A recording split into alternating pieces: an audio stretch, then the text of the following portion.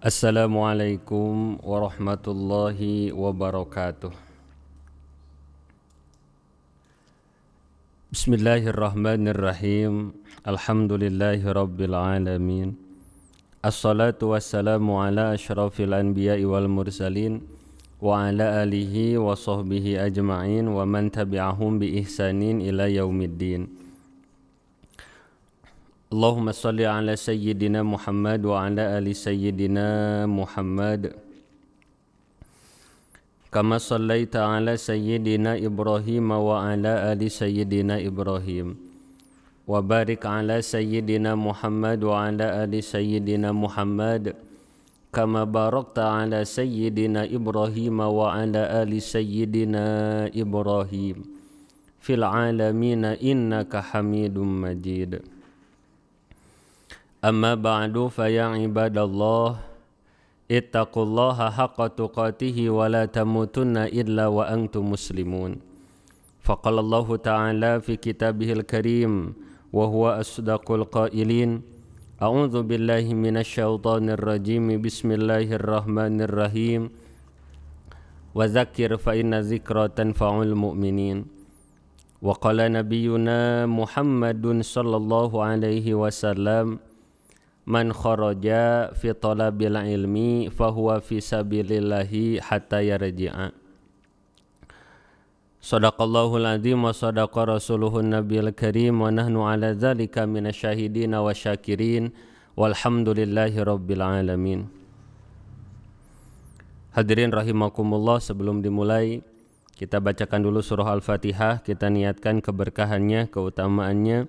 Semoga Allah limpah curahkan wabil khusus kepada ibu bapak kita dan kepada seluruh guru-guru kita yang sudah menjadi jalan datangnya ilmu Allah kepada kita. Khususan ila abaina wa ummahatina wa jami'i masyaikhina wa asatidatina. Al-Fatihah. A'udzu billahi minasy syaithanir rajim. Bismillahirrahmanirrahim.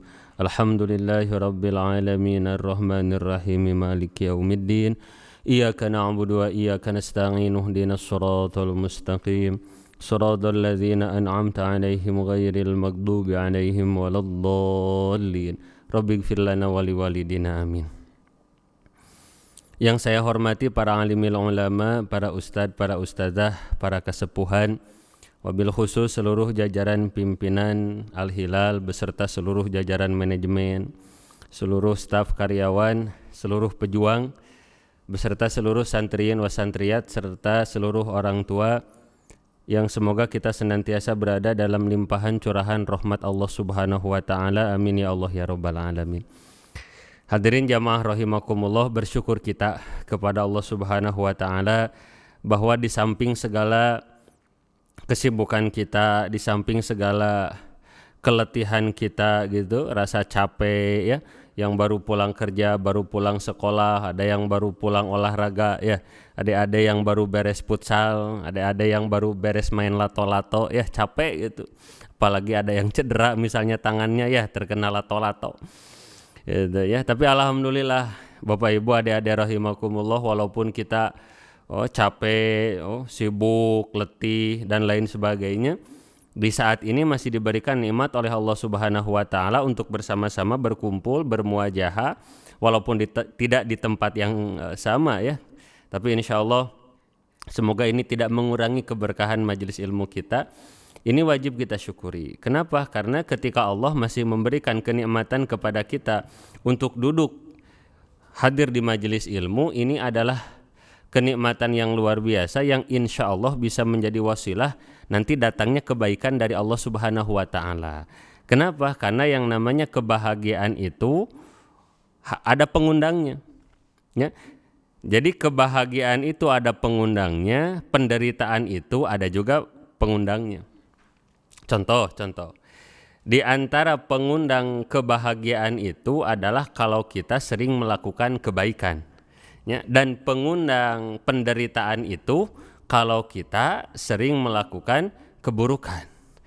Yang kadang suka terjadi diskomunikasi ya, jadi tidak ngeklop itu apa? Ada orang yang dia itu inginnya hidup bahagia, tapi yang sering dilakukan dalam kesehariannya adalah pengundang keburukan.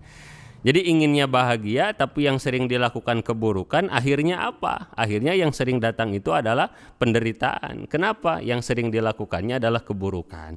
Contoh, Bapak Ibu hadirin rahimakumullah, ini kadang suka terjadi nih ya, terutama di keluarga kaum muslimin wal muslimat. Banyak di antara suami, banyak di antara istri ya, mereka menengadahkan tangannya meminta kepada Allah. Rabbana hablana min azwajina wa dzurriyyatina qurrata a'yun waj'alna lil muttaqina imama. Intinya mah apa ya Allah, berikanlah kepada hamba pasangan yang soleh, pasangan yang solehah, keturunan yang soleh, keturunan yang solehah.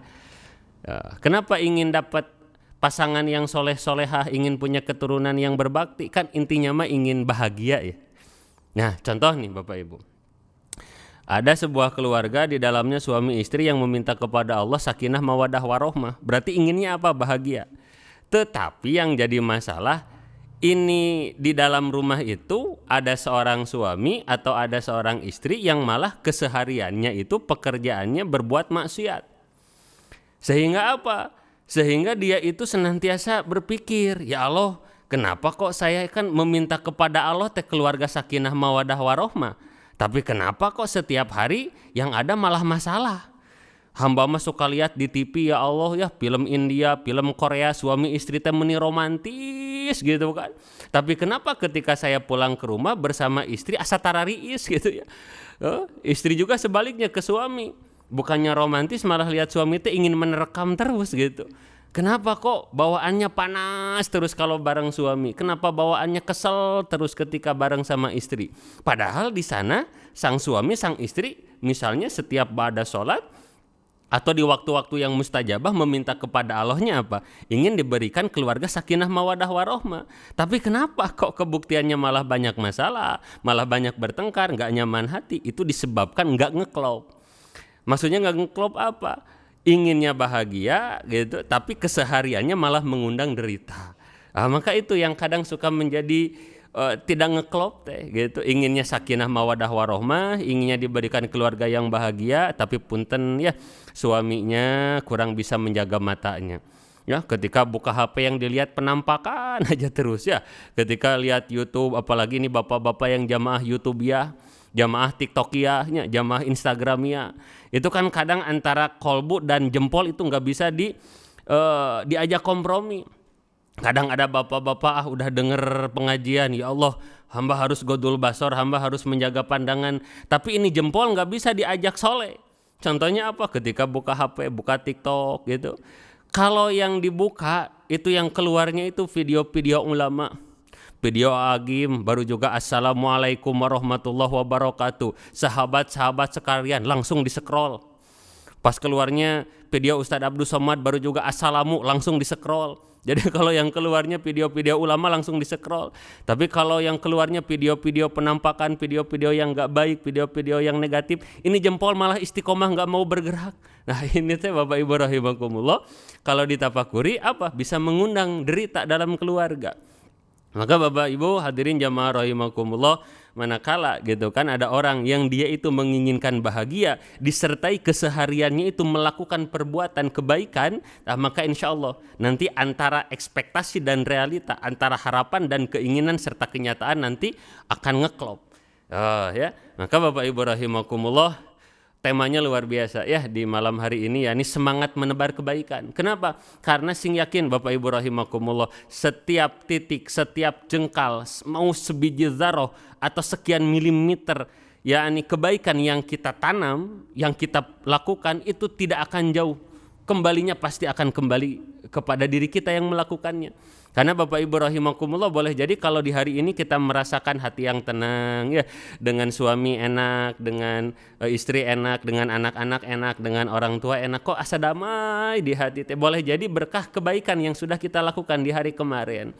Dan misalnya kalau hari ini kita banyak mendapatkan masalah, asara rungsing, nah coba ditafakuri.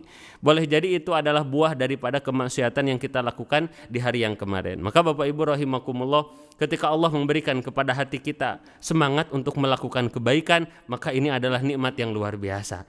Kenapa Bapak Ibu? Karena kalau kita melakukan kebaikan, itu kebaikannya akan kembali kepada kita sendiri. Apalagi Bapak Ibu rahimakumullah, kalau di antara kita yang diberikan nikmat oleh Allah Subhanahu wa taala untuk menghias siang dan malamnya itu untuk melakukan perbuatan ibadah, maka ini keberuntungan luar biasa. Jadi Bapak Ibu, orang yang luar biasa, ini karena waktunya sebentar lagi Bapak Ibu ya. Orang yang luar biasa itu adalah orang yang jangankan sholatnya, yang jangankan puasanya, yang jangankan zakatnya, itu kegiatan sehari-harinya saja jadi ibadah.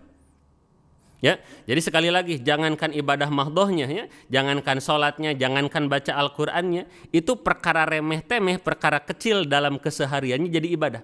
Contoh apa Bapak Ibu? Orang yang luar biasa itu jangankan sholatnya, apa nekte kuku teh ya, motong kuku saja jadi ibadah. Kenapa? Mengikuti Kangjeng Nabi. Kan kadang kita Bapak Ibu ya, kalau motong kuku asal jebet we dari mana we keinginan kita gitu kan. Tapi orang-orang yang soleh yang tidak membiarkan sedetik pun kecuali melakukan kebaikan, mau motong kuku saja mengikuti sunnah. Apa contohnya kalau motong kuku mengikuti sunnah? Dimulai dari telunjuk kanan.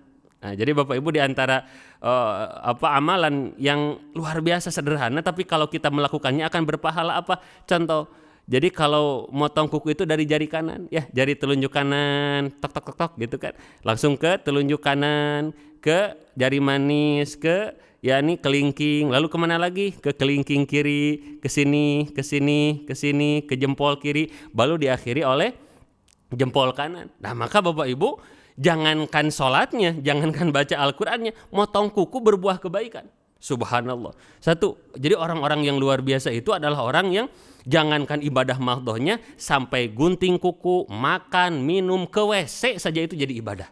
Itu yang luar biasa. Dan yang kedua Bapak Ibu sebagai penutup, orang yang luar biasa adalah orang yang senantiasa mempersiapkan saldo unlimited ketika orang tersebut meninggal dunia.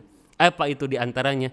Ilmu yang bermanfaat, kemudian sedekah jariah, kemudian mempersiapkan anak yang soleh dan lain sebagainya. Sehingga apa? Ketika kita sudah tidak bisa melakukan amal soleh, diantaranya misalnya kita meninggal dunia, namun pahalanya senantiasa mengalir. Maka Bapak Ibu, kita yang diberikan nikmat oleh Allah bisa berwakaf, ya, bisa berinfak, bisa membiayai para santri, maka bersyukurlah kepada Allah, karena itu akan menjadi tabungan yang luar biasa yang akan benar-benar kita syukuri. Belum nanti di akhirat, di alam dunia pun nanti akan kerasa manfaatnya. Oleh sebab itu Bapak Ibu hadirin jamaah rahimakumullah, di malam yang penuh dengan keberkahan ini ya, di Sayyidul Ayyam, di bulan Sya'ban yang mulia ini, alhamdulillahirabbil alamin, kita diberikan nikmat oleh Allah Subhanahu wa taala untuk bisa berkumpul. Tadi di antaranya tasyakuran milad Al-Hilal. Kita doakan semoga Al-Hilal, pesantren yang kita cintai ini, lembaga wakaf yang kita cintai ini, perkumpulan para pejuang Islam yang semoga senantiasa dijaga oleh Allah ini, menjadi wasilah kendaraan kita menuju surganya Allah Subhanahu wa taala. Amin ya Allah ya rabbal alamin.